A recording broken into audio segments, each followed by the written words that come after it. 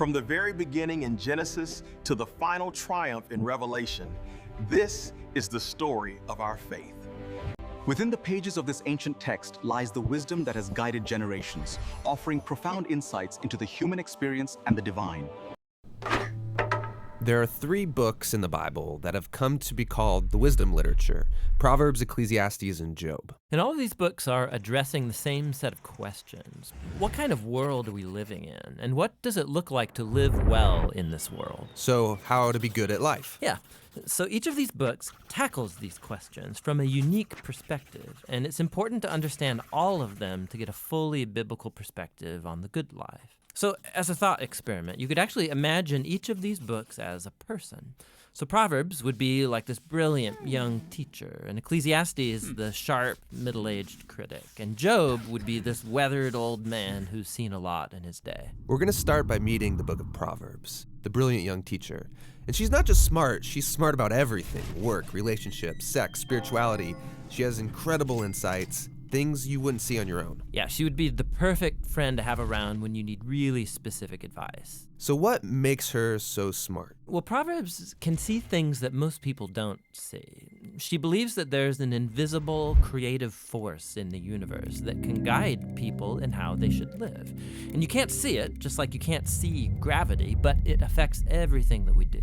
So what's this force? Well, in Hebrew, it's called chokhmah, and it usually gets translated into English as wisdom. It's an attribute of God that God used to create the world. And chokhmah has been woven into the fabric of things and how they work. So wherever people are making good or just or wise decisions, they're tapping into chokhmah. And whenever someone's making a bad decision, they're working against chokhmah. Right, or as it says in Proverbs chapter 1, the waywardness of fools will destroy them, but the one who listens to wisdom lives in security. So it's like a moral law of the universe. Yeah, it's a cause-effect pattern, and no one can escape it. And Proverbs personifies all of this as a woman. Yeah, Lady Wisdom. Right, and she roams around the earth, calling out, making herself available to anyone who's willing to listen to her and to learn. Which leads to the second thing Proverbs believes, that anyone can access and interact with wisdom and use it to make a beautiful life for yourself or for others. You can create with it like a designer. Yes, in fact, chokhmah in Hebrew isn't simply intellectual knowledge. The word is also used to describe a skilled artisan who excels at their craft, like woodworking or stonemasonry. So you show you possess chokhmah when you put it to work and develop the skill of making a good life. Okay, that makes sense. So let's do this. Let's go find some wisdom. But before you do, Proverbs has one more really important thing to consider. Chokhmah isn't some impersonal force. It's an attribute of God himself.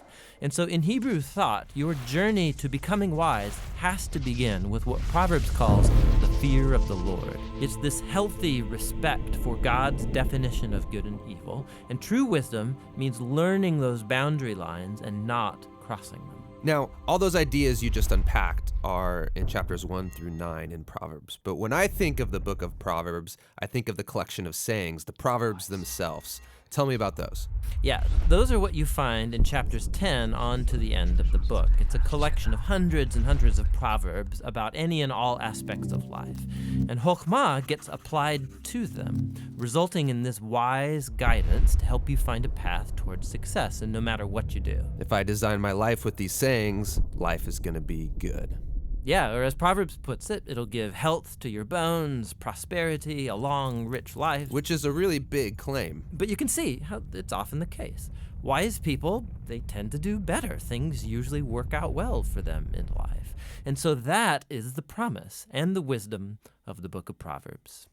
The book of Proverbs is really beautiful. But if we take a step back, some people would argue it's a little too simplistic. Because sometimes horrible things happen to really wise people, and sometimes foolish people get rewarded. It doesn't always work the way we think it should work. That's right, which is why we need to go and listen to our next wise friend, Ecclesiastes the critic, because he's wrestled with that very problem, and he's going to push us further in our journey to find the good life. We're exploring 3 books in the Bible known as the wisdom literature: Proverbs, Ecclesiastes, and Job. And they're all asking the question, what does it mean to live well in this world? So we've looked at Proverbs, who you could think of as a bright young teacher. She's all about pursuing wisdom, an attribute of God that's woven into reality. And she's optimistic that if you use wisdom, you will build a successful life. But then we come to Ecclesiastes, who's more like this sharp, middle-aged critic.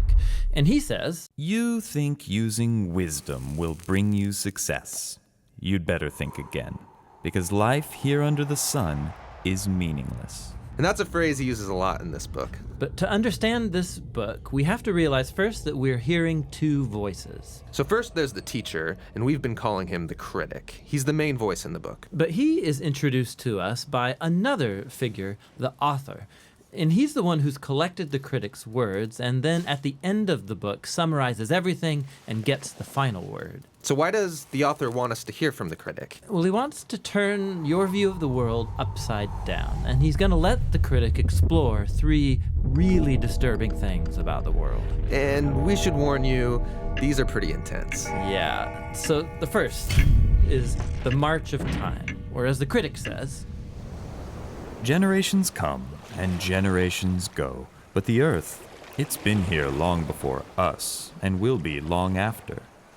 No one remembers people from long ago, and all the people yet to come, they too will be forgotten by those who come after them.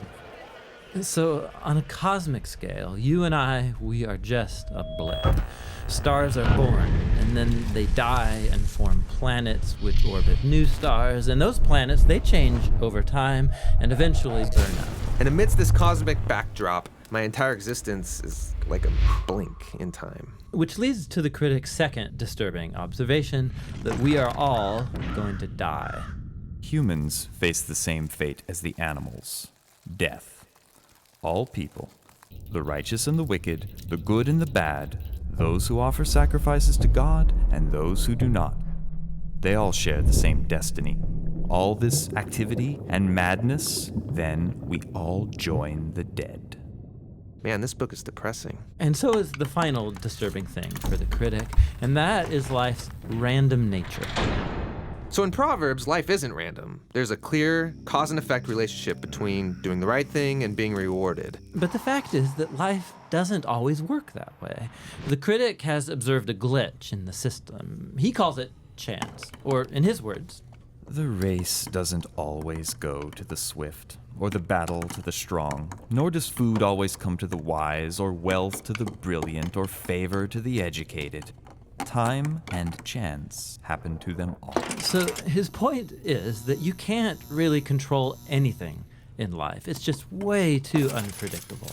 So if I want to master life, Then you're setting yourself up for a fall. Now, throughout the book, the critic uses a metaphor to tie together all of these disturbing ideas. Nearly 40 times he says that everything in life is hevel. It's a Hebrew word that means smoke or vapor.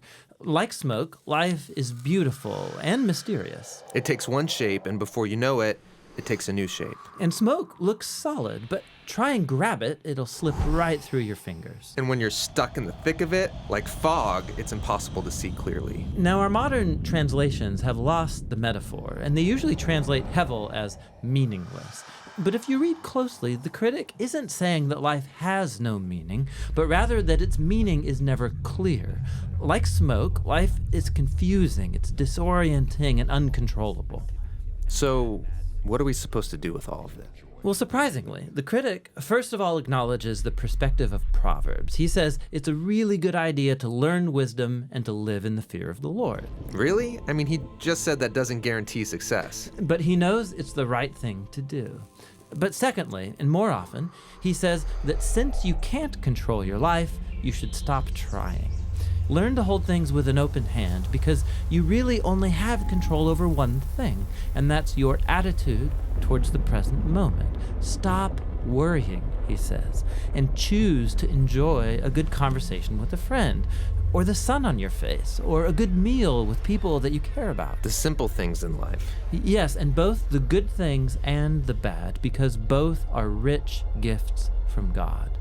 And that's the surprising wisdom of Ecclesiastes.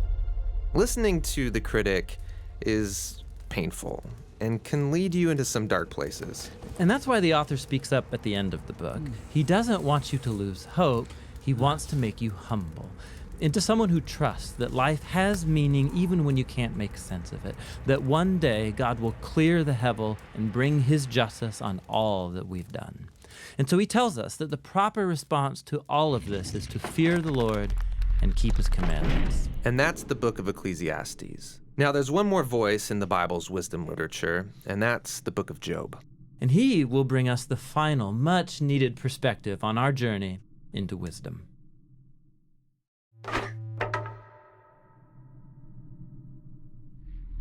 There are 3 books in the Bible known as the wisdom literature: Proverbs, Ecclesiastes, and Job. The first, Proverbs, showed us that God is wise and just. Yeah, we learned that God has ordered the world so that it's fair. The righteous are rewarded, the wicked are punished. In other words, you get what you deserve. But then we meet Ecclesiastes, who observes, people don't always get what they deserve. Yeah, he said the world isn't always fair, that life is unpredictable and hard to comprehend, just like smoke. And this makes you wonder, okay, well, is God wise and just? Exactly. And so it's that question that is being explored in the final book of wisdom, Job. All right, let's dive in. So Job begins with a strange story that takes place up in the heavens, which are described something like a heavenly command center. So God is there with these angelic creatures called the sons of God, and they're all there reporting for duty. And God points out this guy Job, his servant, showing how righteous and good he is. And then one of these angelic creatures approaches. He's referred to in Hebrew as the Satan. The Satan. Who is this? Well, this word is actually a title, which literally means the one who is opposed. So out of this whole crew, he is the one questioning how God is running the world. And he proposes that Job might not actually love God, that he's only a good person because God rewards him. If God were to take away all of the good things he gave to Job, then we would see his true colors. So he thinks Job is just working the system? That's exactly right. Maybe he's obeying just to get what he wants. So God agrees to this experiment and allows the Satan to inflict suffering on Job. And Job loses everyone and everything that he cares about. It is devastating. And remember, he deserves none of this. God himself said so. The remarkable thing is that in the midst of all this suffering, Job still praises God. At least for chapters 1 and 2. But then in chapter 3, we find out how he's really feeling inside. He unleashes this poem that reveals this devastation.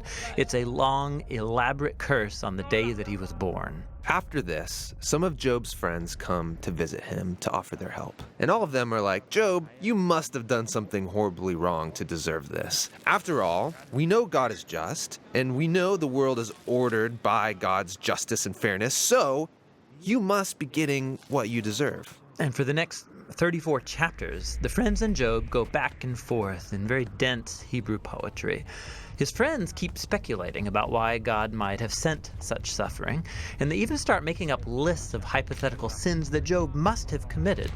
But after each accusation, Job defends his innocence. And Job is innocent. He is. He's also on an emotional roller coaster.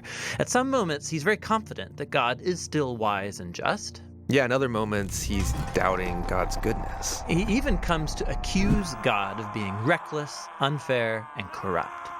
So by the end of the dialogues, Job demands that God come and explain himself in person, and God does so. He comes in the form of a great storm cloud. Now, God doesn't give Job a direct answer. He doesn't tell Job about the conversation with the Satan. Yeah, he does something very different. He takes Job on a virtual tour of the universe. He shows Job how grand the world is, and he asks him if he's even capable of running it or understanding it, just for a day. He shows Job how much detail there is in the world, things that we might see every day, but really don't understand at all. But God does. He knows it all intimately. He pays attention to the beauty and operations of the universe in ways that we haven't even imagined and in places that we will never see.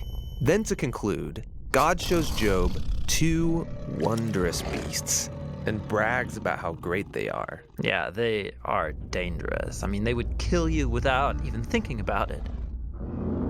And God says they're not evil. They're actually a part of his good world. And then that's it. That's God's whole defense. It's kind of weird. I mean, what was this all about? It seems to be this. From Job's point of view, it looks like God is not just. But God's perspective is infinitely bigger. He's dynamically interacting with a whole universe of complexity when he makes decisions. And this is what God calls his wisdom. So Job asking God to defend himself is actually kind of absurd. He couldn't comprehend this kind of complexity even if he wanted to. So where does this leave us? Well, it leaves Job in a place of humility. He never learned why he suffered, and yet he's able to live in peace and in the fear of the Lord. But that's not where the book ends, because after this, God restores to Job double everything he had lost. And this, again, is surprising. I mean, is this a reward? Is God saying, "Congratulations, Job, you passed this elaborate test"? No, I mean, the whole book just made the point that Job losing everything was not a punishment, and so now getting it back isn't a reward. So why does he get it back? Well, apparently, God, in his wisdom, decided to give Job a gift. We don't know why. But what we do know is that Job is now the kind of person who, no matter what comes, good or bad, he can trust God's wisdom. And that's the book of Job, and the end of our wisdom series. These biblical books of wisdom are amazing. Each one offers a unique perspective on the good life, and you need to hear all of them together as you learn to live with wisdom and in the fear of the Lord. Thank you for watching. This is Pastor Coleman. Join me next time.